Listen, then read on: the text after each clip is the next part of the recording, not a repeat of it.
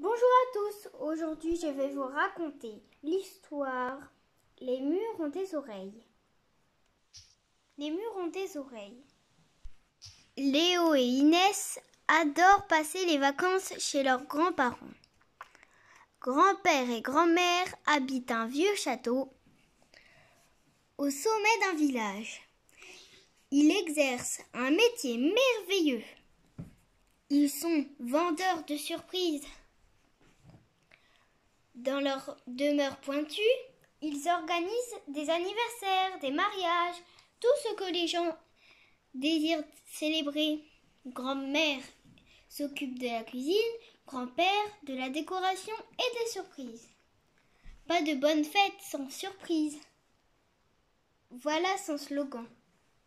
Lorsque grand-père installe ses petits-enfants dans leur chambre, il leur précise en posant les valises. Un bon faiseur de surprises, mes enfants. N'oublie jamais que les murs ont des oreilles. Lorsqu'il est parti, Léo et Inès examinent leur chambre minutieusement. « Je ne vois pas d'oreilles !» s'exclame Inès.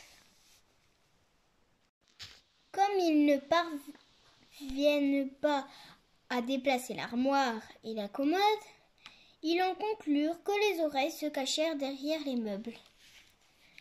Dans les toilettes et dans la salle de bain, ils les dénichent plus facilement. Un trou grillagé en haut de chaque cloison. En descendant l'escalier de la tour, ils trouvent aussi des fentes étroites. Dans la cour, ils rejoignent grand-mère. « Grand-mère, est-ce que c'est vrai que les murs ont des oreilles ?»« Chut !» Grand-mère leur fait signe de parler moins fort.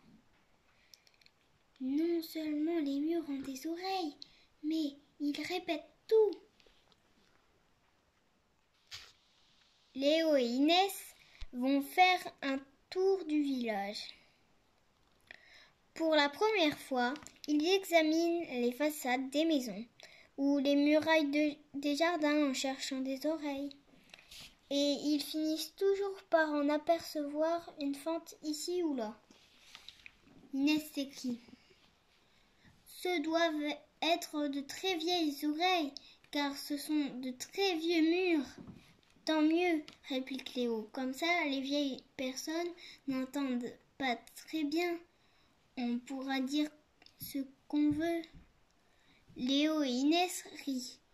Monsieur dure de la feuille.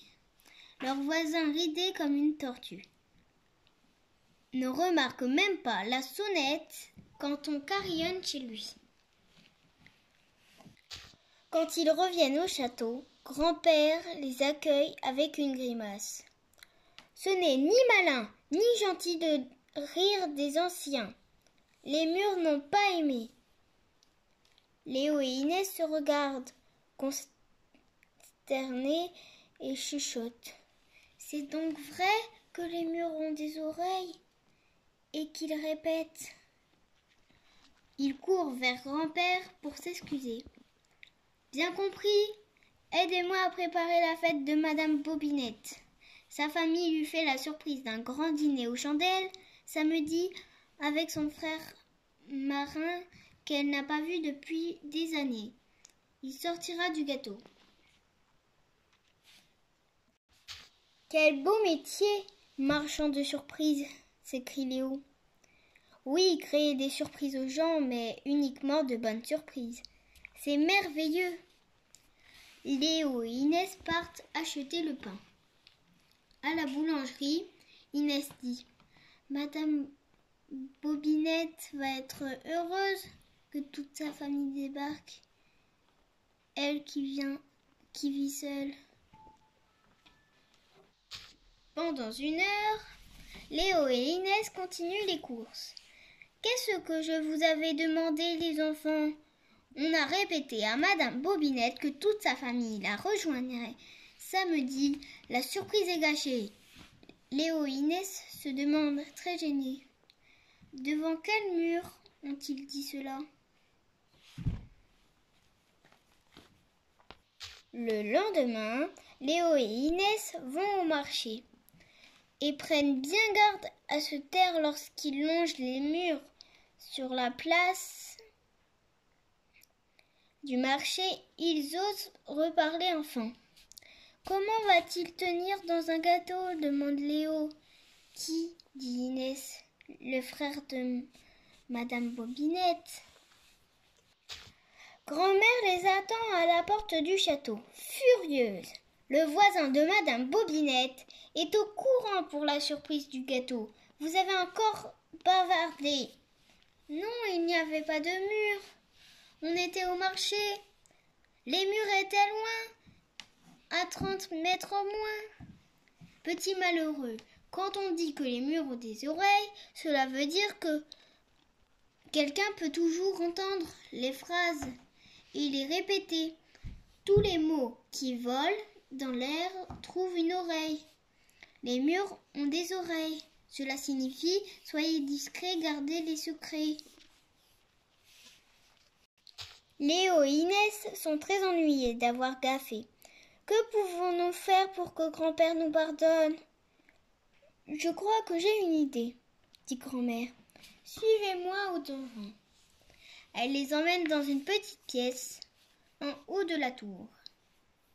Dans ce donjon, grand-père vient se reposer. C'est en mauvais état, dit Léo, en voyant les murs sales.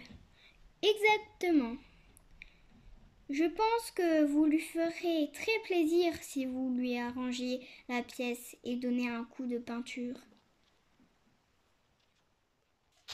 Léo et Inès travaillent toute l'après-midi sans que grand-père, qui prépare activement la fête de Madame Bobinette, ne le découvre. Le soir, il constate que grand-père est fatigué. « Tu devrais te reposer, grand-père. Va dans le donjon, nous t'accompagnons. »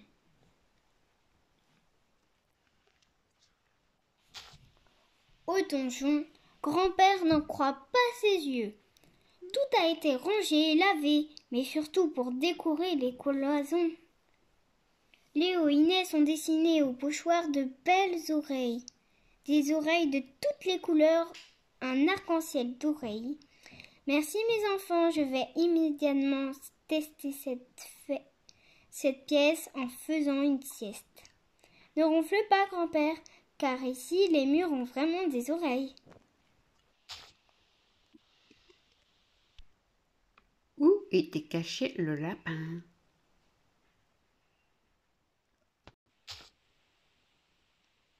Un grand merci à tous ceux qui se sont abonnés parce que ce matin j'ai réalisé que j'avais 20 abonnés sur ma chaîne. Merci beaucoup à ceux qui ont mis des pouces bleus, qui ont activé la cloche de notification.